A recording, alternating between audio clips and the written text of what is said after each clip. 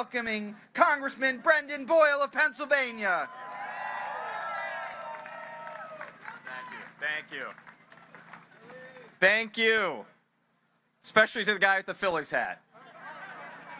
First place. All right, I'm going to bring us back united here. We went a little slightly divisive there. We're going to come back united. And folks, I apologize if I'm a little punchy. I was testifying between 1 a.m. and 4:30 a.m. I was wondering who was watching C-SPAN during those hours. C-SPAN after dark. It's a lot of fun. Folks, if you're proud of something, if you really want people to see it, you don't start the committee at 1 o'clock in the morning hoping people won't be tuned in. And here's why they're embarrassed. And these aren't my numbers. These aren't coming from CAP. These aren't coming from any progressive group. These are the numbers from the official scorekeepers, the CBO. The people who just tell it like it is with the numbers. In this bill, the largest Medicaid cuts in American history. In this bill, the largest cuts to nutrition and food assistance in American history. In this bill, they finally achieved their 15-year quest to put a serious dent into the Affordable Care Act. By the way, when you take the Medicaid cuts that will force millions of people to lose their health care, combined with the cuts to the Affordable Care Act, according to CBO, almost 14 million Americans will lose their health care. As Hakeem said, the greatest loss of health care in American history will be because of this bill if it passes. And that, if it isn't bad enough, is not all. Thank you, those two. Yes. That's not all. Last night in my testimony, or early this morning, at a little about 2 o'clock in the morning, I dropped the bombshell. I had just received a letter as I was walking in from the head of CBO. About a month ago, I had requested an analysis. What impact would this increase in deficit do to Medicare, given we operate under something called PAYGO? Congressional Budget Office confirmed. This bill becomes law. Sequestration of Medicare happens. $500 billion worth of cuts to Medicare, also in this bill. And why? Why are they doing this?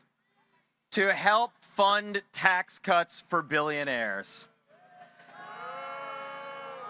It is bad economics. It is also deeply immoral. Just listen to that bleeding heart senator, Josh Hawley, who called, and by the way, he wasn't misquoted. This was an op-ed he wrote just a few days ago. He called the cuts to Medicaid morally wrong. I can't believe I'm saying this, but Josh Hawley is right. Look, this is going to be one of the most important votes, frankly, of the lifetime of any of us here. We have never seen, ever, cuts proposed like this to Medicaid. We've never seen cuts proposed like this to Medicare. We have never seen cuts like this. We have seen them proposed but not enacted to Obamacare. And the list goes on and on and on. And why? To transfer wealth. For the crowd that always says we don't believe in class warfare. Well, why are you practicing it then? Because what was also in the CBO analysis last night, released separately, was actually the distribution tables. Now, I know you start talking about distribution tables, wow, that's a wild time at a party. But they're really important. And here's what they show, and they were released last night. And I talked about this to the crowd that was gathered on the Capitol steps at 1 o'clock in the morning. And thank those of you who are still here, thank you for being there last night. And thank all of you for being here. You were truly doing such important, valiant work. We need it now more than ever. But here's what those tables show. For the bottom 10% of Americans, they will be 4% poorer because of this bill. For the wealthiest 10%, they'll be 2% wealthier because of this bill.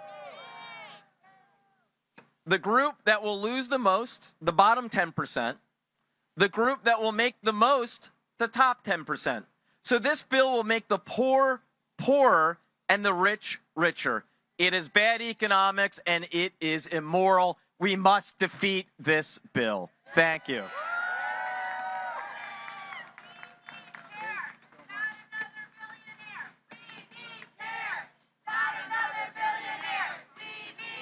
Let's give it up for Congressman Boyle one more time. The only